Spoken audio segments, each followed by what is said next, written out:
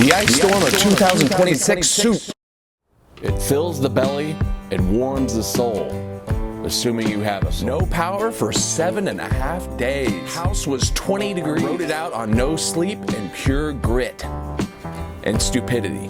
I wore a t-shirt, a sweater, a fleece pullover over that, a wool jacket, and a sock cap for 7.5 days.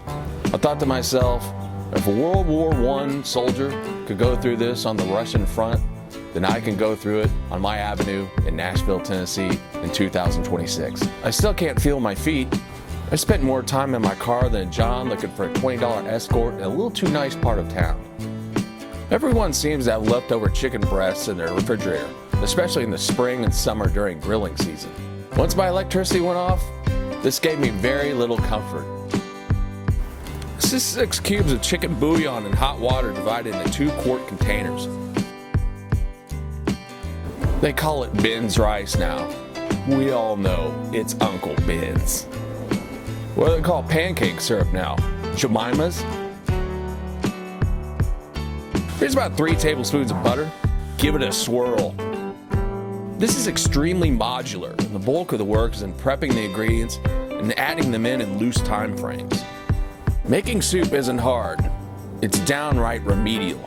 If you can read, you can make soup. Even if you can't, and someone reads to you and have a 2nd grade memory level, you can make soup.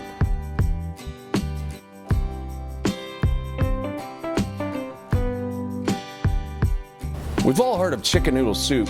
This is just chicken soup with wild rice. Noodles are for the shallow ends of swimming pools.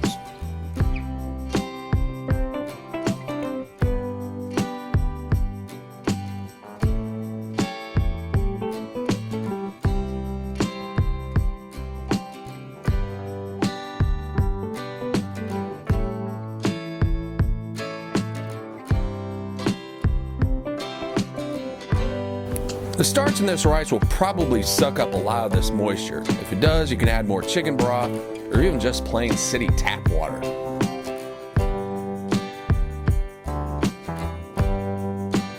This is probably the most nourishing thing I've cooked on this program.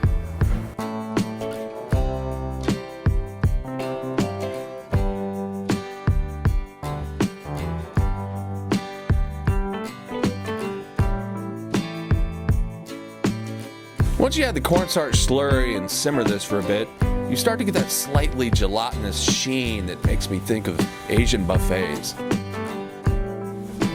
I've hovered over those things a lot, borderline loitering. It basically froze on my countertop.